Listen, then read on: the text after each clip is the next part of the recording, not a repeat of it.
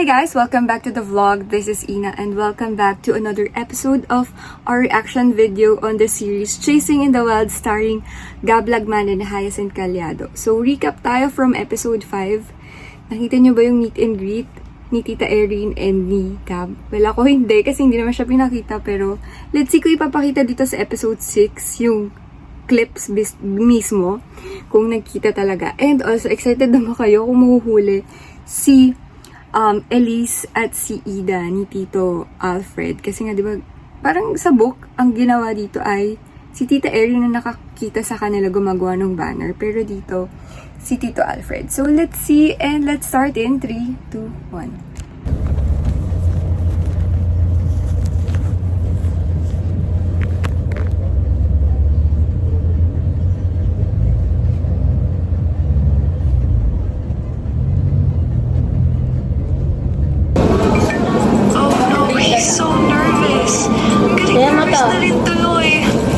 Mommy will not like him. Such a cutie.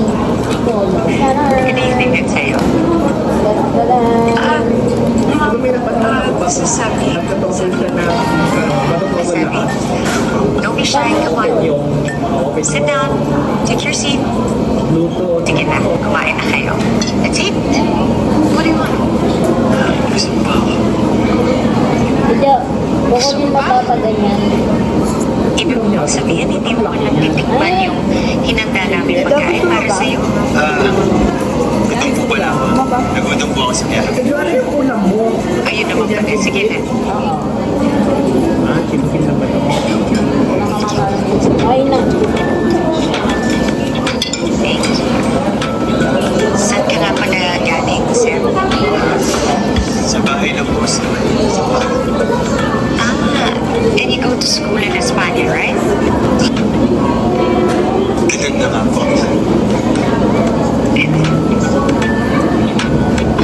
I think he's just here for the brief. Just can't say no to brief. Grabe, faithful. Pero gusto ko po talaga makita si Elise tsaka kamustahin po sila. Hanggat po yung pakiramdam niya after yung cheer na. Just told her we're friends. Friends? Kailan pa tayo naging friends? Well, I didn't know what to say. You're not doing anything. Eh, ano ba dapat gawin? I'm asking you to court me. So, inilinaw ko lang. Gusto mo ligawan kita. Yes. I've said anything. Sorry na hindi na natanong.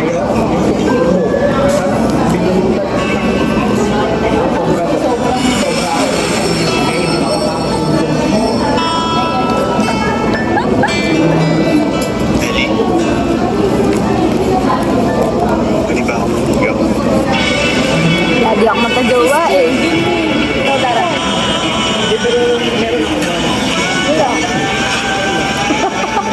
Kuya, may gaganto yung sapatos na binili ko. Nababati ko yung isip ko sa Parang gano'n. sa YouTube. Sana magpapalo ng sintas.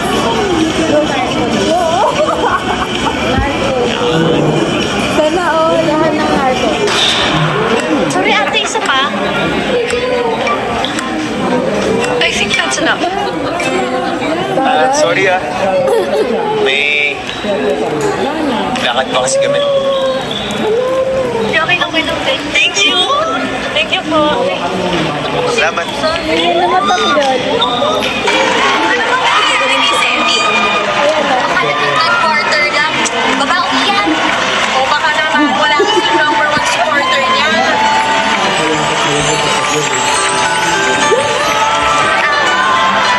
Ay! Ayun! Ayun na! Yes! Ayan na, tignan mo. Oo. Makabawi na yan.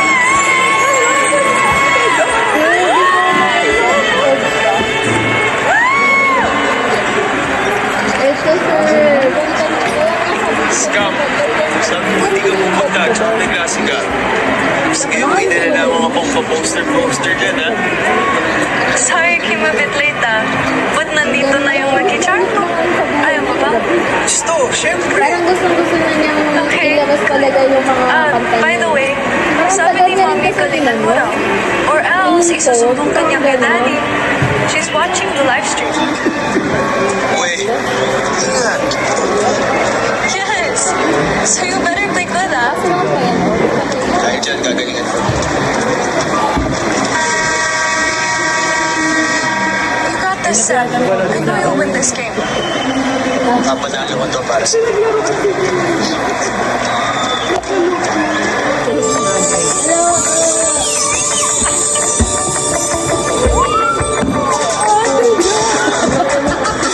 Ang laki naman kasi yung pangalawa.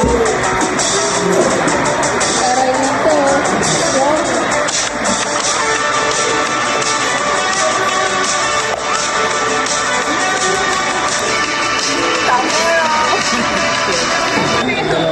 tingin lang picture ko eh. Guys, picture mo na, picture. Ida, wait. Si Dad. Minsan lang, oh. Remembrance lang. Saba. Kiss! Ida! Joke lang! Joke lang! But you guys really did so great. I can't believe na nahabol niyo. Alam mo ba kung bakit? Why? Natakot ako sa Pag mo nadali din. Pwede ko maluwa ko. You know, I think I should ask her to watch the next game live. Uy, huwag ganun.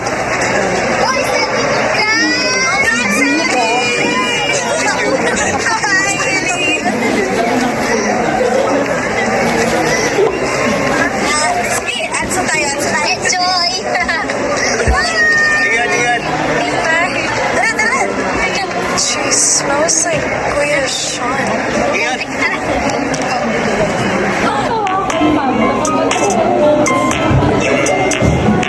Mr. Don't you Are you sure? Well, have you seen this?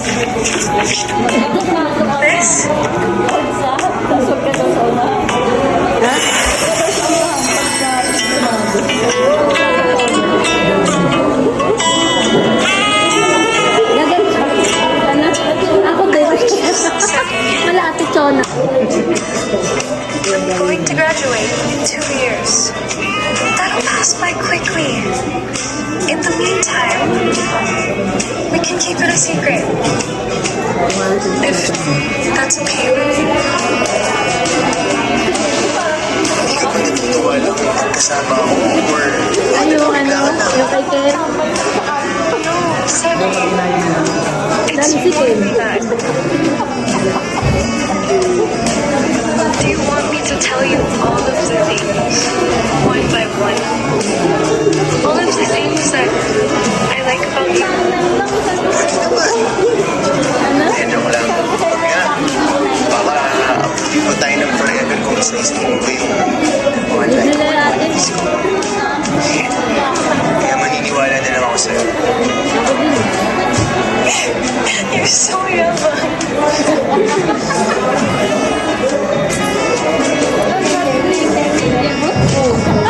Bakit natahimik ka dyan? Ano isip mo?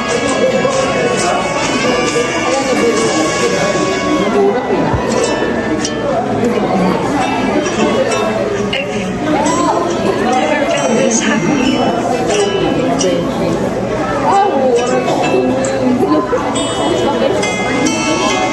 Ako rin din. Thank you.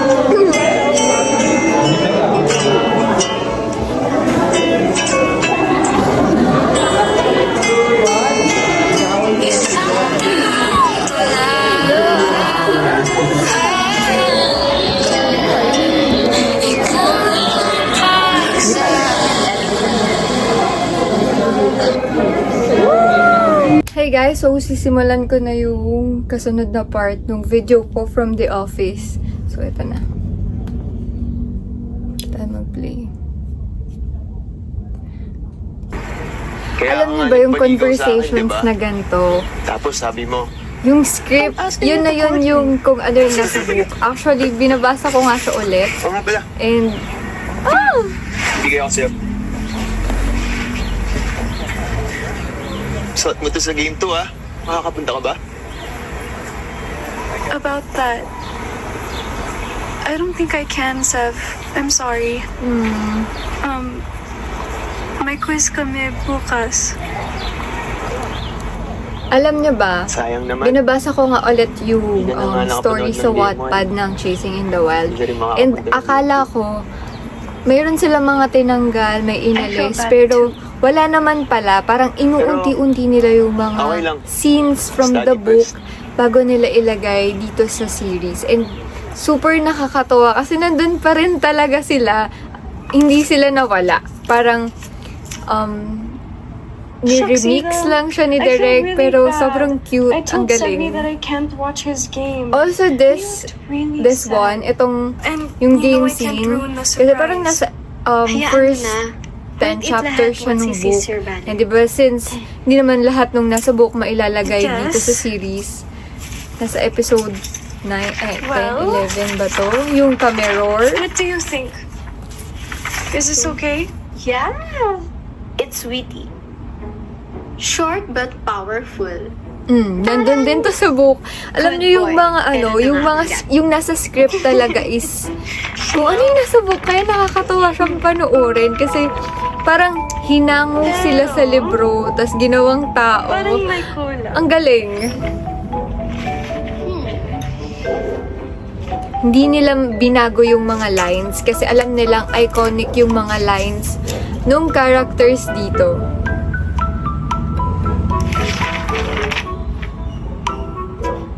Oh my God. Tapos itong Next scene week na pa to, umuwi ni yung gumagawa silang ng banner, medyo napaisip ako, wait, Kaya nandun pala, ba talaga to sa, halos araw-araw nandun to sa nakikita ni series, Seb. I mean, nandun to sa book, but hindi ganito yung scene, hindi ito yung ni-imagine ko, kasi yung mommy ni Elise yung nakahuli sa kanila dito.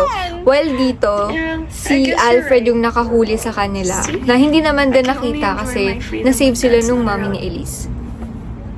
And also, gusto ko ding sabihin, diba sabi ko dun sa first part ng videos ko dito sa vlog na to, na parang ipapakita ba talaga yung mommy ni Elise? So, eto na nga, pinakita nga siya and super nakakatawa kasi paulit-ulit ko yata tong sasabihin sa buong episode na to dahil kuhang-kuha nila kung ano yung nasa book, kung ano yung lines, yung scenes. Siguro may mga nabago lang sa settings, pero yun at yun pa rin kung ano yung nasa book and kung ano yung nasa series. Kaya sobrang nakakatawa, nakaka-overwhelm na finally, it's happening live and hindi na natin kailangan mag-imagine ng ibang tao kasi napoportray ng maayos ni Gab at ni Haya at ng buong cast ng Chasing in the Wild yung series. I mean, yung story ng book.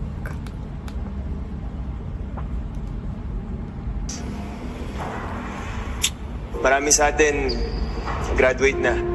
Isa ako doon. Alam ko, hindi madali at matindi pinagdaanan natin para makapasok tayo sa finals. Pero doon pa lang, Ang dami kong gustong i-pinpoint with this episode. Ang dami kong favorites dito sa scenes sa episode 6. I mean, ang dami kong favorite scenes dito sa episode 6. at Pero, alam niyo yung feeling na literal na nagbabasa ako isang karangalan ng libro na live. Kasi isinabuhay talaga nila. Oh my God, wait lang. Wow! Ang effort Grabe, alam niyo kung ano yung nakalagay dun sa banner? Yun din yung nakalagay dun sa script, sa book. Ang galing. That's a conversation for another time. Basta mag-cheer ka muna. Last game na to. Go, Sabi! Grabe, you were shy before and now ikaw na pinakamalakas mag-cheer. Grabe ah. I don't even care anymore. Basta I'm going to cheer for my boyfriend. Boyfriend? Boyfriend pa! Yoko! Go, Sabi Camera!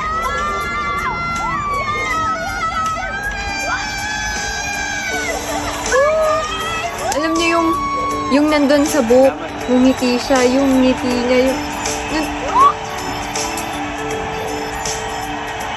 Miss, boyfriend mo ba si Camero? Yes? Why? Wow, ang swerte-swerte mo naman. Boyfriend niya si Camero. Swerte naman po. Swerte talaga ako. Ayun na! Ayun na! Starting na! Kaya mo yan!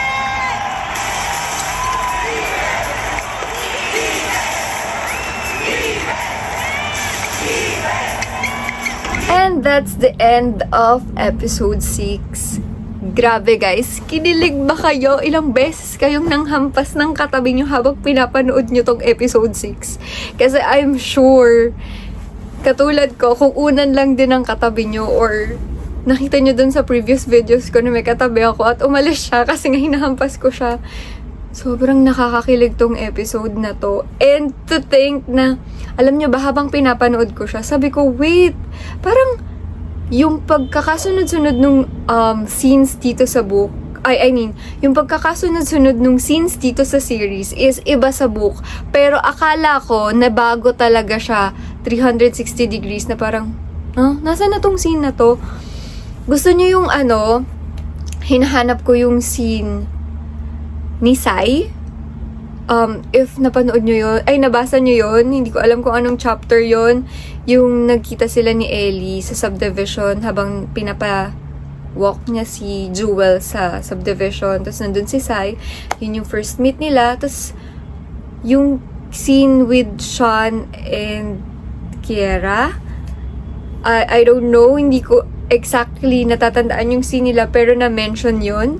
And with this episode, parang may hunch na si Elise na parang kamo yun ng perfume ng kuya ko and super akala ko nawala na yung mga scenes sa book dito sa series, pero andito pa. And guys, ginawa ni Elise yung kiss sa cheek, so hinahanap ko na lang yung si Sevi naman yung mag-kiss sa cheek. Kasi nandun yata yun sa book. Pero anyways, sobrang galing ng pagkakagawa ng series na to.